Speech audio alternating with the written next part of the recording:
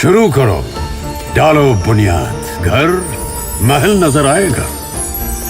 Wonder लाइए, wonder अपनाइए, फर्क नजर आएगा। वंडर सीमेंट, फर्क नजर आएगा। नमस्कार, मैं हूं रविंद्र जैन और आप देखना शुरू कर चुके हैं सबकी खबर। आज मेरे स्टूडियो में मध्य प्रदेश विधानसभा में उप नेता प्रतिपक्ष हेमंत कटारी जी हैं और दूसरी ओर एक छोटा सा बच्चा है जिसे हेमंत कटारी जी लेकर आए हैं।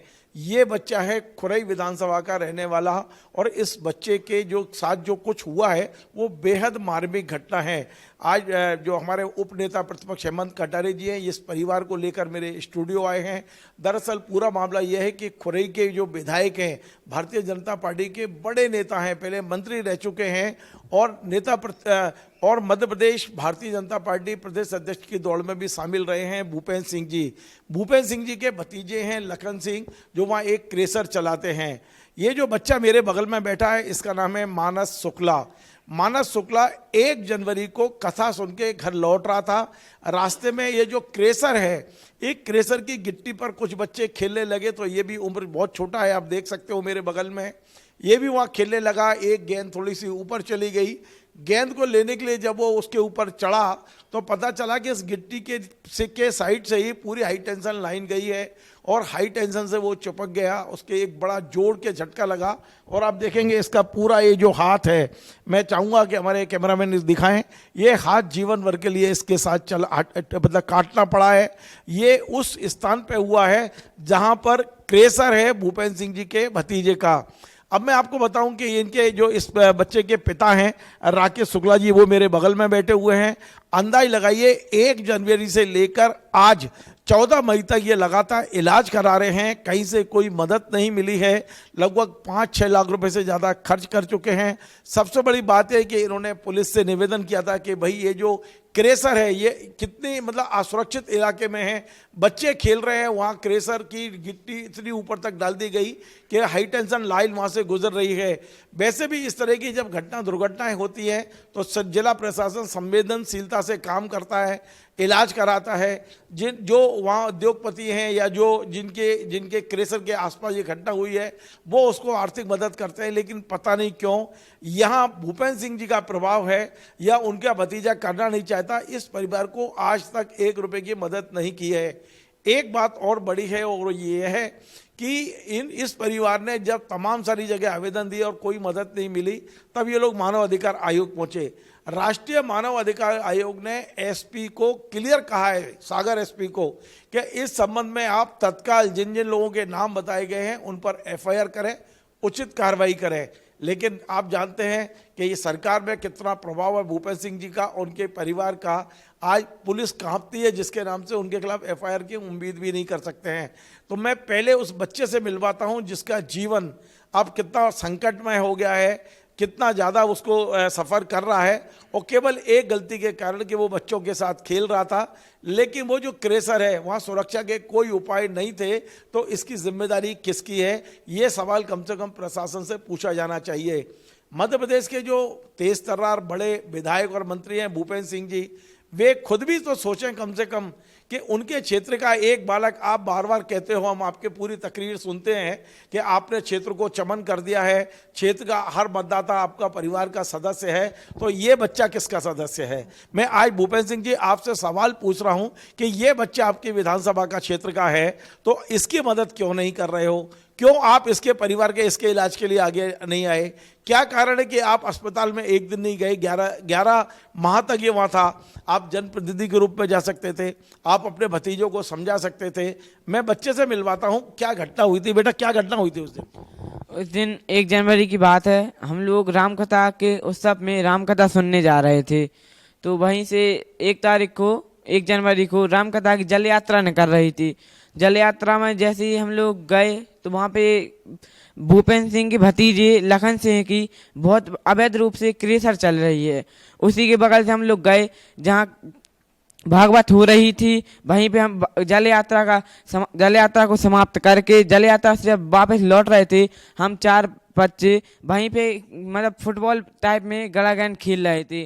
तो एक बच्चे ने अपनी मतलब जो भी खेलते समय अपनी दम से एक बॉल में बल्ला मारा तो बॉल सीधे उछल के उनके जो अवैध रूप से जो ढंगेल लगा है उस ढंगेल पे जा गिरी। अब वहीं से हाई टेंशन की लाइन निकली थी जिससे मतलब बचना नामुमकिन है। तो उसी क्रेशर पे अवैध रूप से जो चल रही उसी ढंगेर पे कुछ बच्चे चढ़े जो हमारे साथ थे, वो कम हाइट के तो वो वहाँ तक चढ़ नहीं पाए। उनने बाद में हमसे कहा कि जाओ तुम बॉल उठा के लाओ। तो हम जैसे बॉल उठाने गए तो कुछ तार उसमें से दिख रहे थे और कुछ नहीं दिख रहे थे। तो उसमें 2 तार अंदर छुपे थे ढंगेर के अंदर बद्री के। तो ढंगेर के अंदर जैसे हमने बॉल उठाई और बॉल के नीचे जो वो तार थे उस तार में हमारे ये हाथ टच हो गया। उसी के बाद हमें झटका लगा। झटका से हम 5 मिनट तक उसी से चिपके रहे। जैसे उसने डीपी ने ड्रिफ्ट मारी हमें फेंक के उसने नीचे फेंक दिया। वहीं से हमारे जो दोस्त थे वो पापा के लिए बुलाने गए। वहीं जो भागवत चल रही थी वहीं पे, वहाँ से हम लोग बीना रेफर हुए। बीना में ये सीरियस हालत देख के डॉक्टरों ने ये कह दिया कि इसको सागर ले जाओ। सागर में भी 11 दिन बाद ये कहा कि इस बच्चे का हाथ काटना पड़ेगा, बहुत गंभीर हालत है। सागर से हमें भोपाल एम्स में भर्ती किया। एम्स में 4 दिन बाद हमारा ऑपरेशन हुआ। ऑपरेशन में ये डॉक्टर ने ये कहा कि इस बच्चे का हाथ नहीं काटना पड़ता, तो आज इसकी जान को खतरा था। कुल मिला के ये तुम्हारा हाथ हमेशा के लिए चला गया। हाँ, और ये मैं आपसे ये एक बात कहना चाहता हूँ, जो उनके अवैध रूप से क्रेशर चल रही है, भागवत सुनने के लिए वो प्रधानमंत्री मार्ग है। प्रधानमंत्री मार्ग के ऊपर से मतलब उन्हें 30 फुट का पूरा ढंगेल लग चुका है। पूरा ढंगेल, ना उसकी कोई बाउंड्री है। वहीं पे आवासीय जमीन है, उसके आगे गौचर जमीन है, वहीं उसी के सामने खेल ग्राउंड है। हम लोग बस वहीं पे खेल रहे थे। और एक बात और कि पुलिस, हमने कंप्लेन उनके खिलाफ FIR दर्ज करने की मांग की तो पुलिस वाले उनके दबाव में आके ना हमारे कोई FIR लिख रहे हैं और हमारे पापा 2-3 महीने से इधर उधर इलाज के लिए भटक रहे हैं। अब चलिए मैं आपके पिताजी से ही पूछ लेता हूँ। राकेश शुक्ला नाम है आपका शायद। राकेश जी, आपको अभी तक कोई आर्थिक मदद प्रशासन से या माननीय जो पूर्व मंत्री जो विधायक हैं आपके क्षेत्र के भूपेंद्र सिंह जी, क्या आप गए उनके पास, कभी मुलाकात हुई हो, आपने कहा हो कि मुझे न्याय दिलाएं, या उनके भतीजे जो ये क्रेशर चलाते हैं? और आपके बेटे ने एक बड़ा गंभीर आरोप लगाया है कि ये क्रेशर अवैध है। अवैध कैसे हो सकता है क्रेशर? वो तो विधायक जी के भतीजे का है। वो अवैध इसलिए है कि उधर गौचर जमीन डली है ग्रामीणों की, तो उसके लिए जबरन कब्जा किए हुए हैं। अब प्रशासन सब इनके हाथ में है। हम 4 बार पुलिस थाने गए, 2 महीने से पुलिस के चक्कर लगा रहे। सागर गए, कोई SDM तहसीलदार वगैरह सब आते हैं, हमारे बयान कोई लेता नहीं है। जो हम बोलते हैं वो लिखा नहीं जाता। मैंने बोला क्रेशर पर करंट लगा, पुलिस ने लिखा कि खेत की सिंचाई के करंट से करंट लगा। पुलिस थाने में झूठी, हम कुछ बोलते हैं कुछ लिखते हैं। और हमारी स्थिति ये है कि मैंने घर पूरा गिरवी धर के इसका जैसे इसकी जान बचा पाई वो ईश्वर ही जानता है। और अभी भी स्थिति ये है कि हम इसकी बात आगे वक्तव्य बोल निकलते नहीं हैं और हमारी स्थिति बहुत गंभीर है। और इनके दबाव से पुलिस प्रशासन सुन नहीं रहा। हम जो बयान, हमारा बच्चा जो बयान देगा वो SP कलेक्टर के सामने देगा। अगर इसके बाद सुनवाई नहीं होती है तो हम इधर से घर वापस नहीं जाएंगे। हम आत्महत्या करने की स्थिति में है। हमारा मन बहुत विचलित है। राकेश, लेकिन आप ये बताइए, आपके जो विधायक जी हैं, मैंने उनकी कई बार भाषण सुने हैं, वो तो पूरे खुरई को परिवार मानते हैं, विकास की बात कर रहे हैं, तो वो इसकी मदद क्यों नहीं कर रहे हैं? वो तो बहुत लोगों की मदद की है उनने। तो वो तो कहने में आता है, अगर मदद कर रहे होते तो हम ये दर दर की ठोकरें नहीं खाते फिर रहे होते। मदद के लिए हमें 5 महीने हो गए, उनके घर हम 3-3 घंटे बैठे रहे। वो बोलते हैं भैया है नहीं, भैया निकल गए, शाम को आना। हम ट्रेन से अपना राशन जो मिलता है उसको बेच के कई बार ट्रेन से टिकट कटा के 80 किलोमीटर दूर सागर हम कई बार इनके घर पे गए। इनका खुरई में भी निवास है, खुरई में भी गए तो उधर 4-4 घंटे बैठे रहे। आप उसका उनके घर का कैमरा निकलवा लो, हमारी फोटो दिखेगी। हम 10 बार 20 बार चक्कर काटे और कोई अधिकारी हमारी सुन नहीं रहा। और ऊपर से दबाव बना रहे हैं, प्रेशर बना रहे हैं और हमारी ये निकलने में भी दिक्कत है। घर में बहुत स्थिति हमारी गंभीर है। आप राकेश जी शुक्ला जी जो इस बच्चे के पिता हैं, उनको आपने सुना। एक और खबर मैं आपके लिए बता दूं कि खुरई में कांग्रेस के एक कार्यकर्ता हैं, एक्टिव हैं, थोड़े जुझारू हैं, अंशुल सिंह परिहार। अंशुल सिंह परिहार इन्हें लेकर सागर पहुंचे थे, प्रेस कॉन्फ्रेंस की थी और उन्होंने भी यही कहा था कि जब राष्ट्रीय मानव अधिकार आयोग ने SP को निर्देश दिए तो कार्रवाई क्यों नहीं कर रहे हैं। भाई ये सवाल उठाना अंशुल सिंह परिहार को भारी पड़ गया। पुलिस ने इनके शिकायत पर तो कार्रवाई नहीं की, लेकिन अंशुल सिंह परिहार पर FIR हो गई कुछ और मामलों में उनके पिता के एक पुराने मामले पे एफआईआर कर दी गई और अब वे अपनी जमानतें कराते फिर रहे हैं। आप अंदाज लगाइए कि इस गरीब की आवाज़ उठाने वाले भी अब एफआईआर का सामना कर रहे हैं। अब मैं सीधे आपको जोड़ता हूं मध्य प्रदेश विधानसभा में उप नेता प्रतिपक्ष हेमंत कटारे जी, जो इस मुद्दे को भोपाल तक लाए हैं। उन्होंने कल प्रेस कॉन्फ्रेंस भी की है और अब मैं आपको मिलवाता हूं हेमंत कटारे जी, जो इस पूरे मुद्दे को खुरई से भोपाल तक लेकर आए हैं, इस बच्चे को लेकर आए हैं। कल उन्होंने प्रेस कॉन्फ्रेंस भी की है।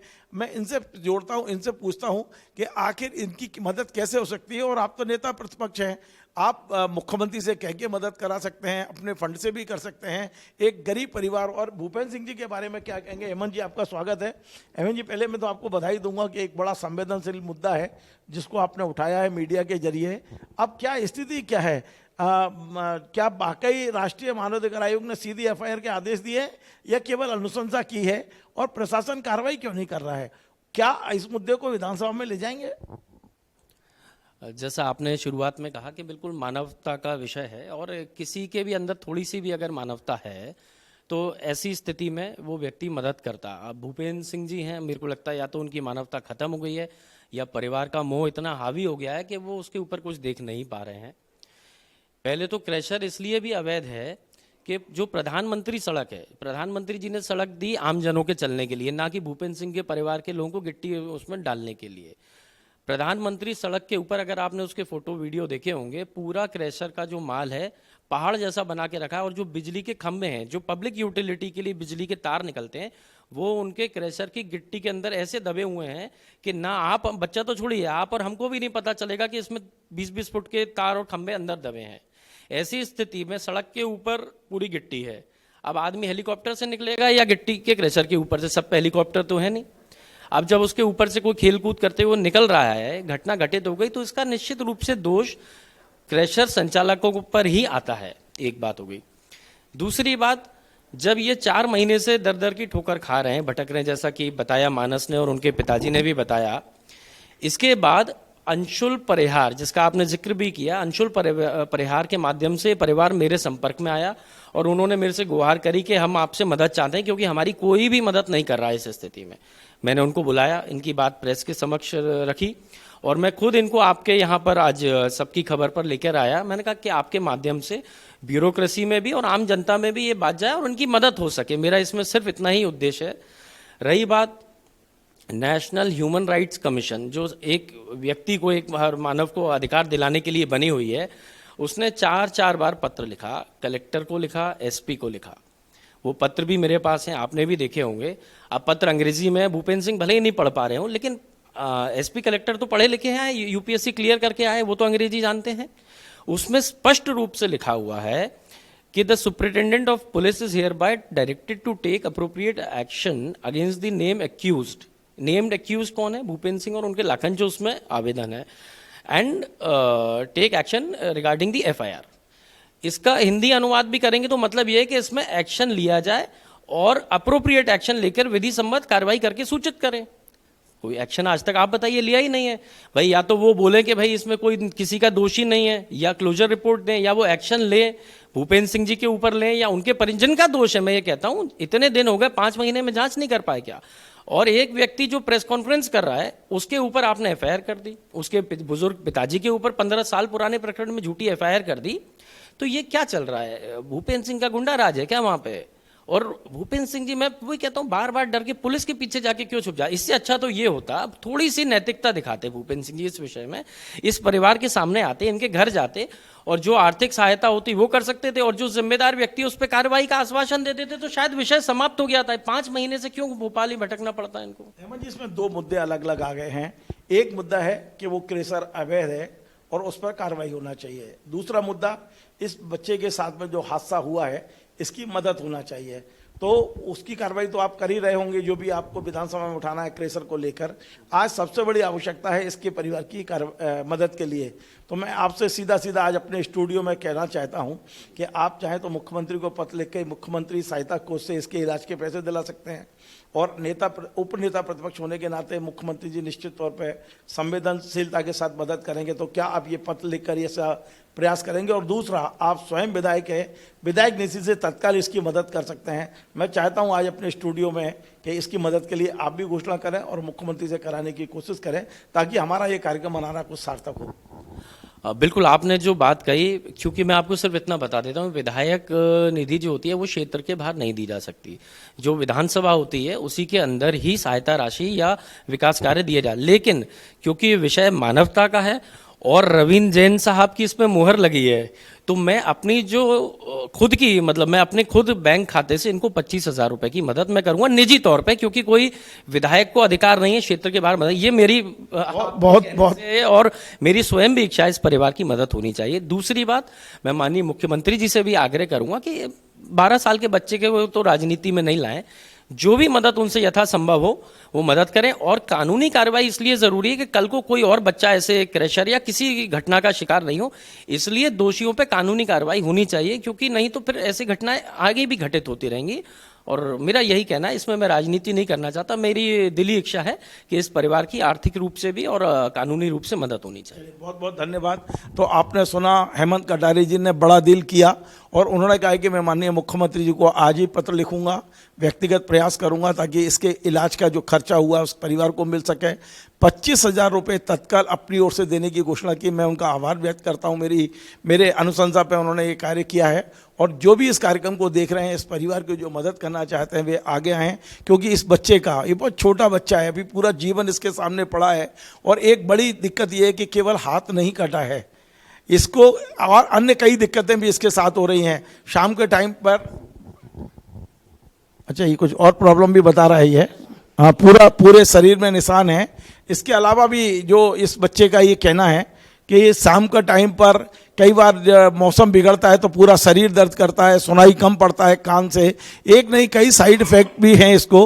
तो इस बच्चे की मदद हम सबको मिलकर करना चाहिए। और यदि मेरा कार्यक्रम मुख्यमंत्री जी देखते हैं तो उनसे निवेदन है कि मुख्यमंत्री सहायता कोष, आपके पास बहुत सारे अधिकार हैं, इसके इलाज में जो खर्च हुआ है यदि इस परिवार की आप मदद करेंगे तो निश्चित तौर पर एक मानवता का एक बड़ा संदेश देंगे।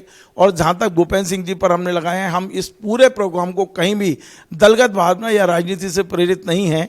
आपके भतीजे का यदि गलत चल रहा है तो आप भतीजे को डांटें और बोलें उनसे कि इस परिवार की मदद करें। भूपेंद्र सिंह जी तक ये प्रोग्राम पहुंचता है तो।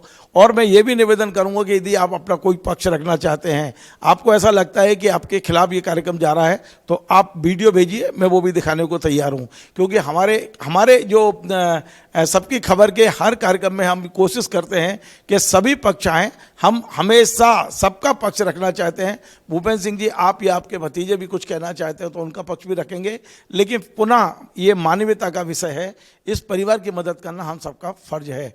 आपको हमारा ये कार्यक्रम पसंद आए तो आप इसे शेयर करें, लाइक करें, कमेंट करें, और आपसे बार बार निवेदन है हमारे इस चैनल को सब्सक्राइब अवश्य करें। धन्यवाद।